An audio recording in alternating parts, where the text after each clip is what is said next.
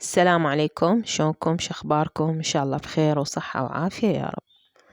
هنا أنا فطوري سويت برياني ودجاج شوي وزلاطة وشوربة وعندي بامية همينة خليتها وياه. بالبداية عندي دجاجة غسلتها ونظفتها وملحتها وخليت لها شوية بهارات، تبلت وخليتها بالكيس مال الشوي وخليتها بالفرن. وجيت أسوي البرياني. بالبداية سويت الحشوة كملتها اللي هي جزر وبوتيتا وبازالية وشعرية ودجاج. كملت الحشوة وبعدين سويت التمن.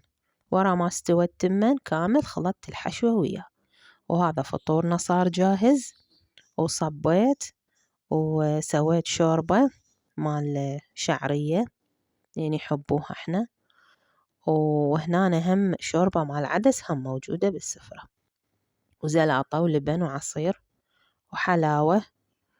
وهذا كان فطورنا لليوم، ويا رب يكون يعجبكم. والحمد لله والشكر على النعمة، يا رب يزيد النعمة علينا وعليكم، آمين يا رب. وهذا البرياني ولهنا فيديو ينتهي.